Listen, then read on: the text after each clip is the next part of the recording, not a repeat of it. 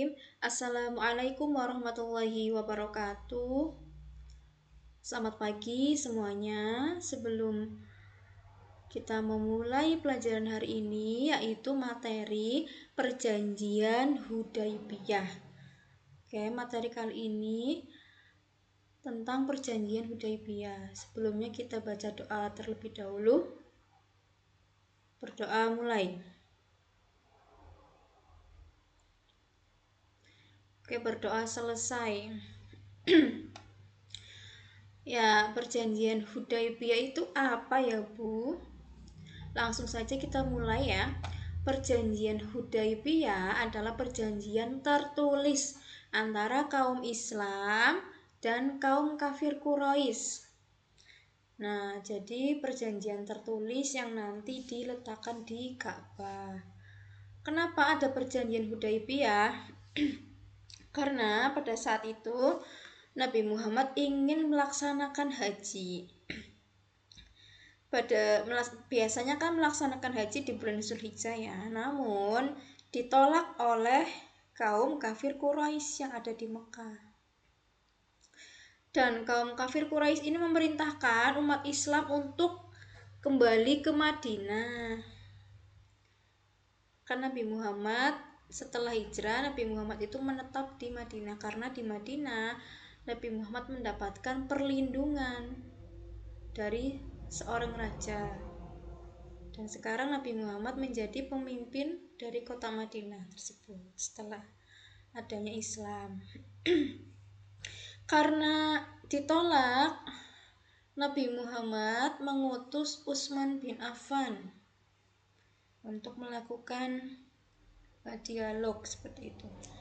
Namun kaum kafir Quraisy ini mengancam kepada umat Islam bahwa akan membunuh Utsman bin Affan. Karena ada ancaman tersebut, terjadilah peristiwa Baitur Ridwan. Baitur Ridwan ini apa? Yaitu sebuah semangat atau gejolak untuk memperjuangkan Islam sampai titik darah penghabisan. Intinya lagi semangat-semangatnya berjuang, bertekad demi kejayaan Islam hingga tetes darah terakhir. Itu namanya Baitur Ridwan. Setelah itu, karena kaum kafir Quraisy takut, mereka sepakat untuk menulis sebuah perjanjian Hudaybiyah yang dinamakan perjanjian Hudaybiyah. Nah, perjanjian Hudaybiyah ini ditulis oleh Ali bin Abi Thalib. Siapa? Beliau adalah pamannya Nabi Muhammad. Nah, dalam isi perjanjian Hudaybiyah ini tidak boleh, menurut kafir Quraisy ini nggak boleh menolak adanya tulisan Bismillahirrohmanirrohim. Namun diganti oleh lafadz Bismika Allahumma.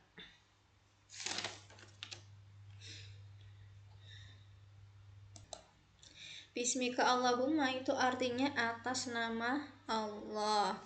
Kemudian juga kaum kafir Quraisy menolak adanya penulisan Muhammad Rasulullah sehingga diganti menjadi Muhammad bin Abdullah. Abdullah itu ayahnya Nabi Muhammad, berarti Muhammad bin Abdullah.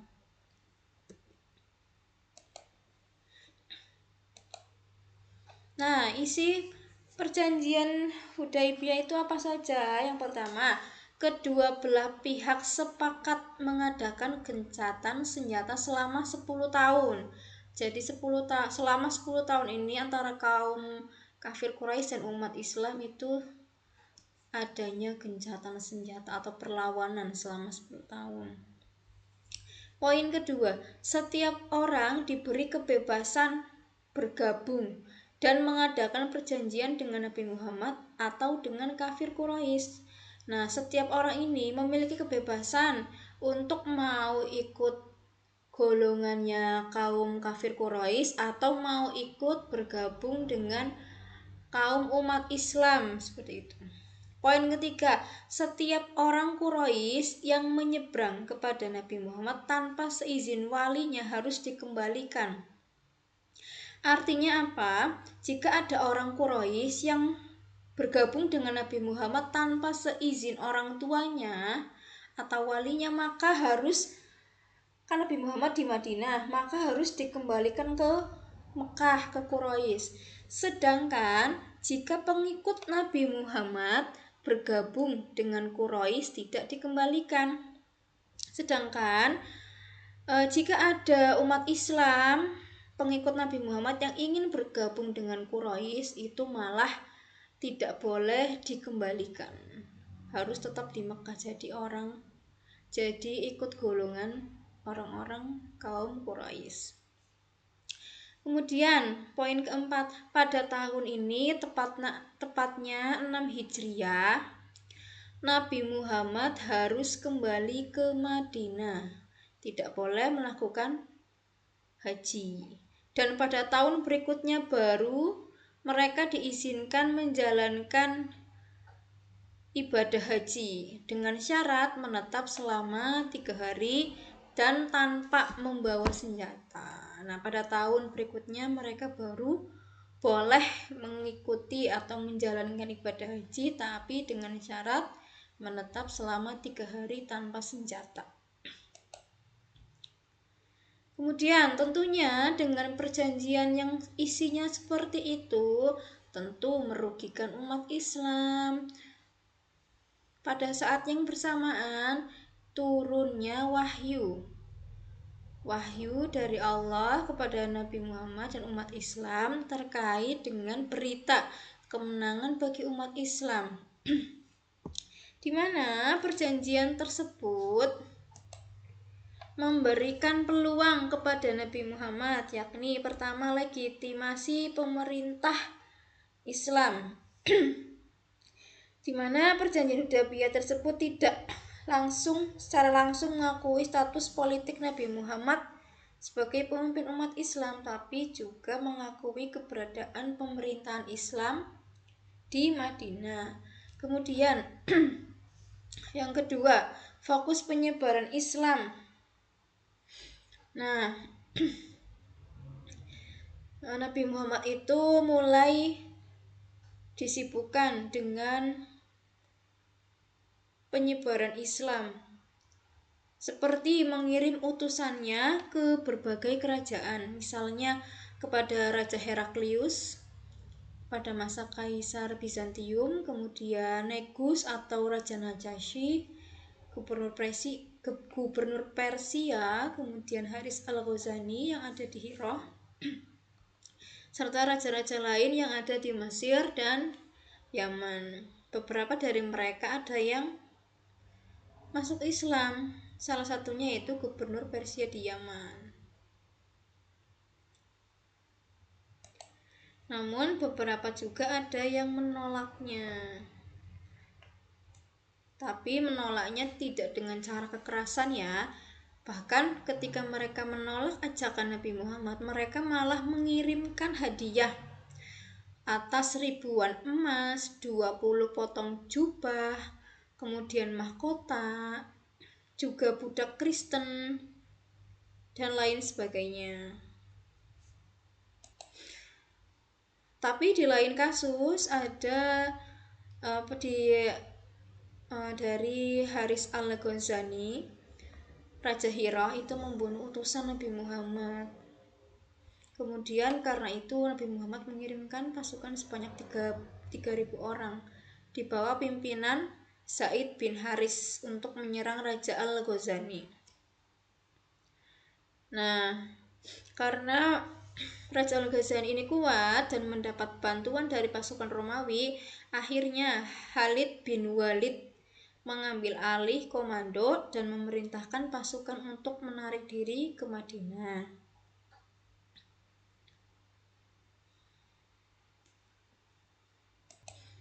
Kemudian simpatik kepada kearifan Nabi Muhammad. Dalam hal ini Nabi Muhammad ini menarik simpati para pembesar kaum kafir Quraisy, termasuk mereka para pembesar dari keluarga terhormat maka banyak yang beriman. Di antaranya yang masuk Islam di antaranya Khalid bin Walid, Amr bin As, Abu Bashir, kemudian Walid bin Walid dan lain sebagainya. Kalian bisa melihatnya di LKS nggih. Oh iya, kalian wajib meringkas dari video yang Bu Guru sampaikan, namun tidak untuk ditulis semuanya. Beberapa poin saja yang menurut kalian penting ya. Karena menurut Bu Ibu, walaupun DLKS sudah ada, belum tentu kalian semua mau membacanya dan mau memahami isinya, ya kan? Jadi kalian wajib untuk mencatatnya di buku masing-masing. Kemudian nanti hasil catatannya dikirimkan kepada Bu Guru melalui mengisi formulir ya. Nanti kalau ada kendala boleh WA Bu Guru atau bertanya kepada temannya.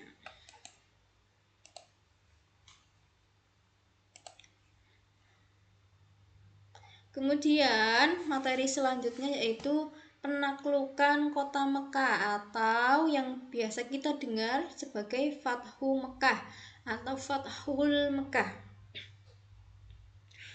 Nah, masih terkait dengan materi perjanjian Hudaybiyah yang melakukan senjata antara umat Islam dan umat Quraisy, kaum kafir Quraisy selama 10 tahun. Nah, belum ada 10 tahun di mana setelah perjanjian Hudaybiyah berlangsung selama 2 tahun, kaum Quraisy melanggar perjanjian, yaitu membantai Bani Khuza'ah yang telah bergabung kepada Nabi. Harusnya kan tidak boleh. Dalam perjanjian itu kan tidak boleh. Apalagi membantai. Nah, jadi melanggar perjanjian. Nah, saat melanggar perjanjian, Nabi itu mengirim utusan kepada pembesar kaum kafir Quraisy dengan misi perdamaian dan dengan mengusulan bahwa kaum kafir Quraisy harus memiliki 3 pilihan ya. Pertama, mau mengganti rugi terhadap para korban suku Khuza'ah, atau yang kedua menghentikan persekutuan dengan Bani Bakar, atau yang ketiga menyatakan pembatalan perjanjian Hudaybiyah. Nah, kafir Quraisy ini memilih poin yang ketiga, yaitu membatalkan perjanjian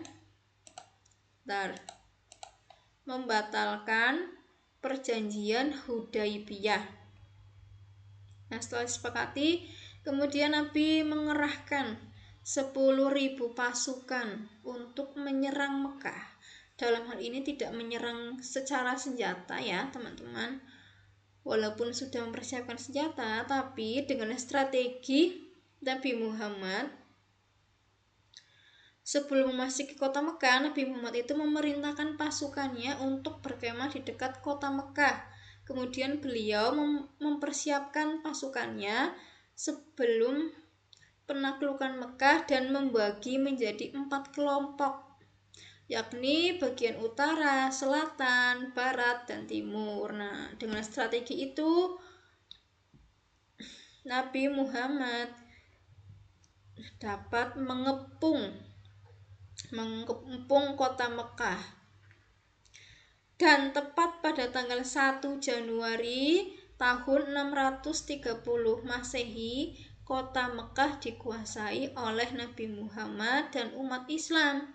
Nah, pada masa penaklukan kota Mekah ini, hampir seluruhnya penduduk Mekah itu menyatakan keislamannya. Seperti itu. Jadi ini termasuk peristiwa besar ya dalam Islam. Tidak semuanya sih, tapi banyak yang masuk yang bergabung ke Nabi Muhammad. Nah, mereka yang tidak masuk Islam pun tidak masalah, dan mereka mendapatkan perlindungan dari Nabi Muhammad. Oke. Nabi kemudian menghancurkan berhala sejumlah 360 berhala yang mengelilingi Ka'bah. Setelah 360 berhala tersebut dihancurkan dan bersih, kemudian dilakukannya azan di atas Ka'bah.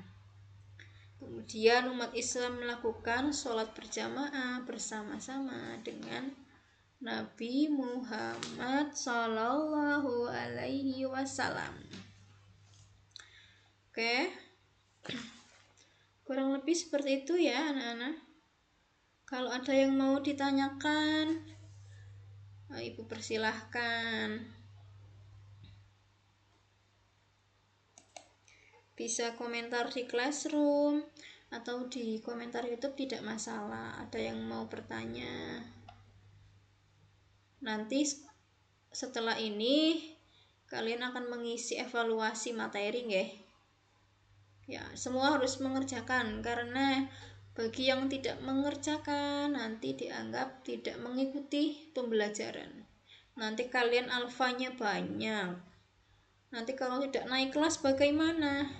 Nah, diikuti nggih perintah dari Bapak Ibu guru. Perintah-perintah yang baik. Belajar di rumah.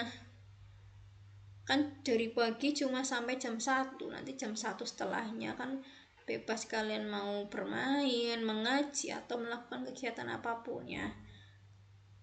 Dari jam 7 sampai jam 1 kalian harus mengikuti perintah dari Bu Guru. Biar apa? Biar naik kelas. Akan malu nanti kalau nggak naik kelas. Oh ya, masih kelas 7. Oke, yang semangat belajarnya. Semoga difahamkan, semoga menjadi anak-anak putra-putri yang soleh dan solehah, sukses dunia akhirat, amin. Wassalamualaikum warahmatullahi wabarakatuh.